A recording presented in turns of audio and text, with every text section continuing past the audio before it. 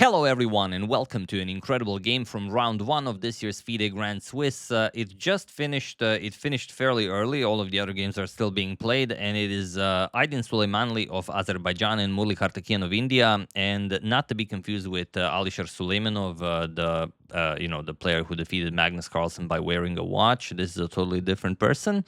And it's the game itself is incredible, but the tournament is also very important. The top two finishers of the FIDE Grand Swiss qualify directly into the FIDE Candidates Tournament next year. And some think it's a good idea, something you should work more to qualify for the Candidates Tournament. Like, it happens every 2 years, so maybe, something you've done over the last 2 years. But no, you could also just sleep, and if you qualify through this one event, you get into the FIDE Candidates Tournament. But chances are someone who doesn't belong there will not qualify, even though perhaps it has happened in the past. And also, before we check out the game, you still have time to join the Lichess Arena today. First link in the description below. It's going to be a lot of fun. Rafael and Maxim from Lotus Chess will join us, and we're going to have a good time. Already 300 people have registered, so it's going to be a nice skirmish. Now, getting to the game, it's unlike anything. I'm not going to say we've ever seen, but it's unlike anything we've seen in a very long time. And also, just one more thing, we featured both of these players many times on the channel, and every time I feature them, they're involved in some sort of incredible game. And I think Karthikeyan was even featured in 2022 for having the game of the year, and also in 2023 in Qatar he defeated Magnus Carlsen. So these are very, very exciting players to watch out for. Okay, pawn to e4 by Aydin, and we have pawn to c5 by Murali.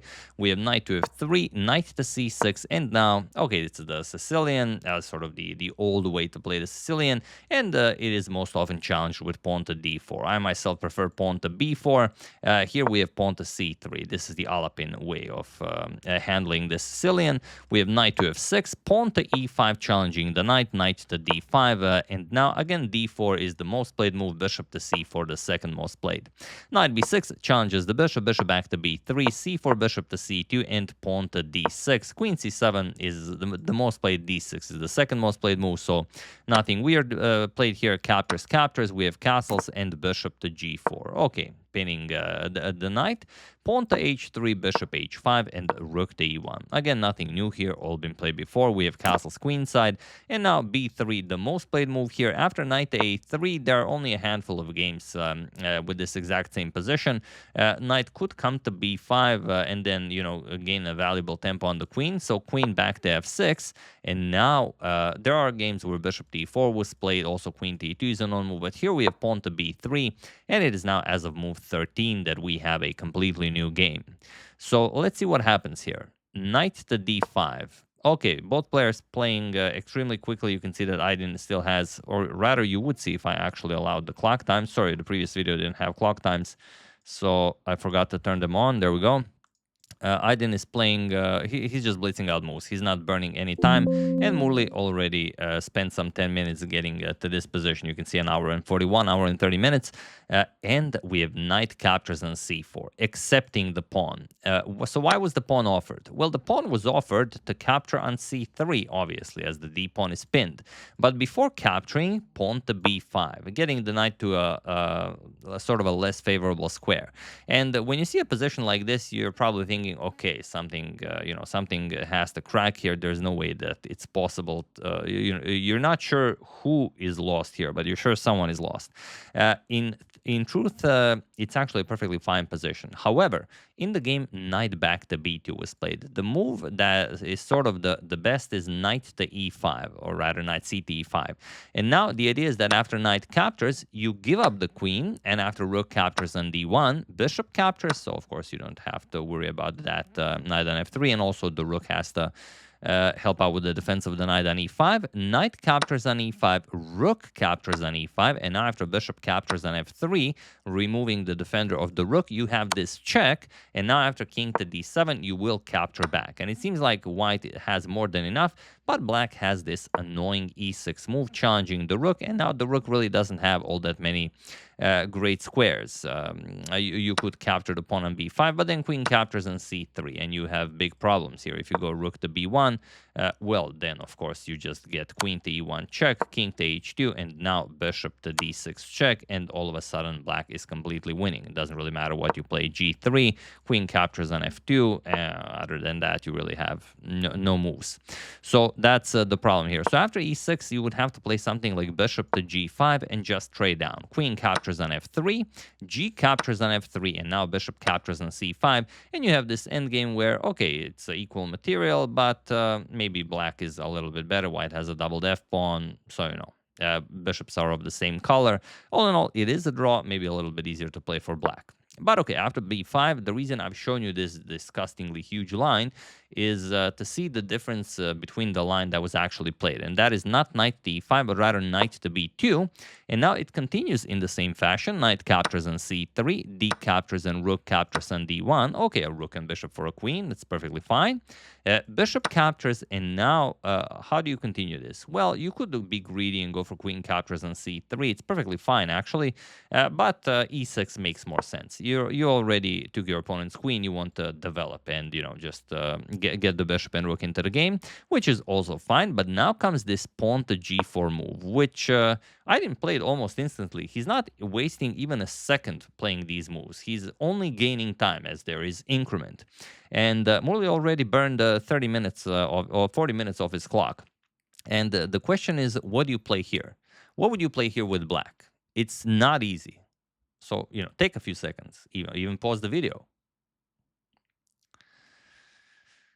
Sorry about that. The move you should play here is, believe it or not, bishop to a3.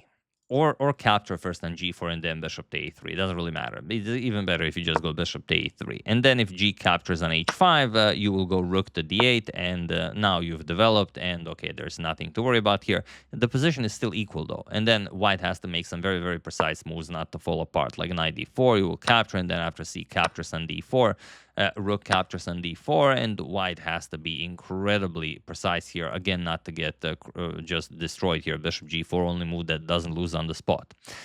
So yeah, it's not easy. But after pawn to g4, it was enough to confuse Murali, as he probably thought, okay, my opponent is playing really quickly. I don't want to look silly. I have a queen burning all this time. Let me just retreat the bishop to g6. And now he's lost. Chess is sometimes weird like that. So what did he miss? What's the problem with bishop to g6? And believe it or not, you have to look really far ahead. So have at it. Feel free to pause the video while I give you a couple of seconds.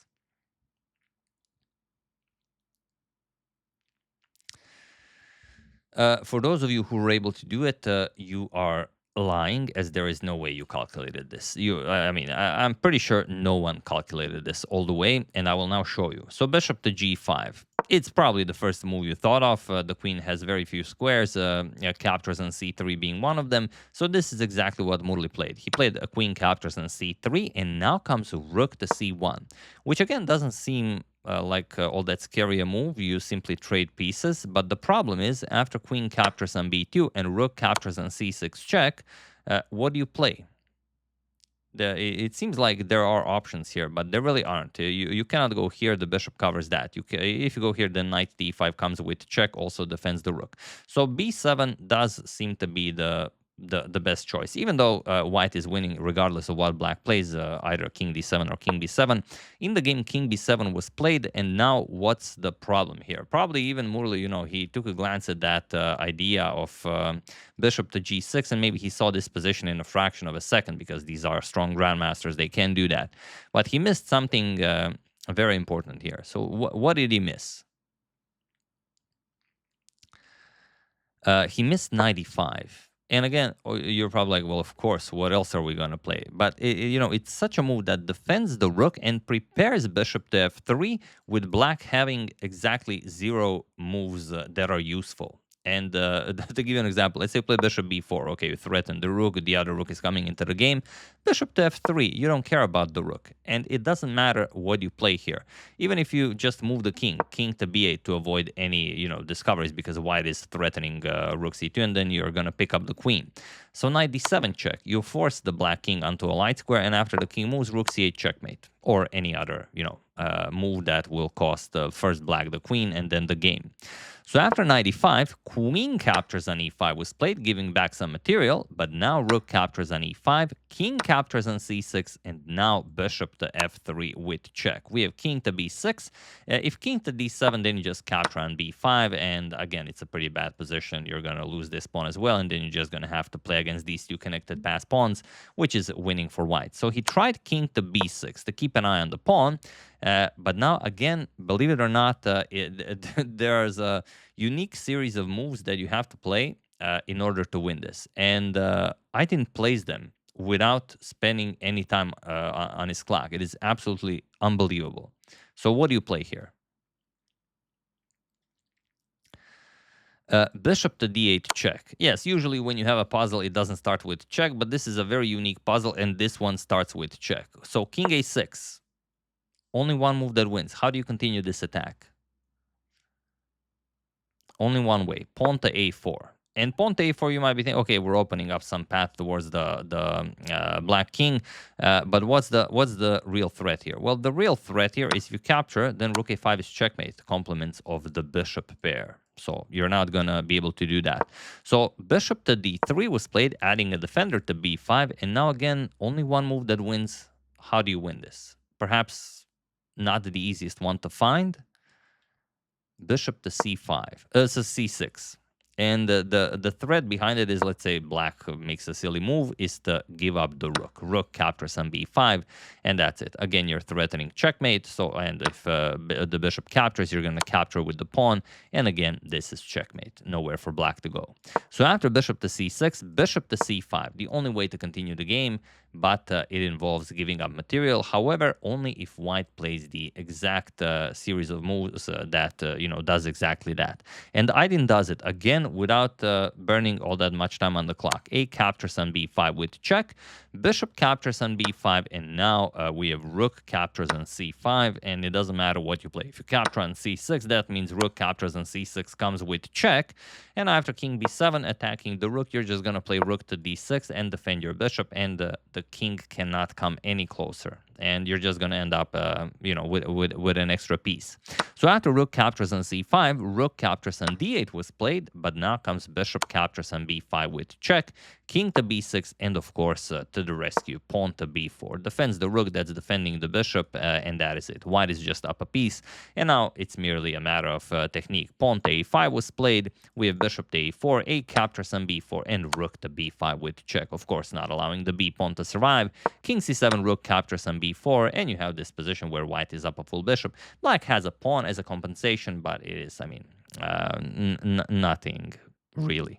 So rook d5, we have rook to f4, going after the f7 pawn, pawn to f5, and bishop to b3, attacking the rook and the pawn. Rook e5 defending the pawn, and now g captures on f5. E captures, bishop to g8 goes after the pawn, g6, or you go for h6, doesn't really matter, and then bishop h7, and you collect on f5. So g6 was played, bishop captures on h7, we have rook to e7 attacking the bishop, hoping for maybe one last trick, bishop captures, and rook here sort of wins the bishop, but even though you win the bishop, you do not save the game. After captures, do you know how to win this game? It's not by capturing the pawn. You have to cut off the king from entering the game, and then you just push the pawn.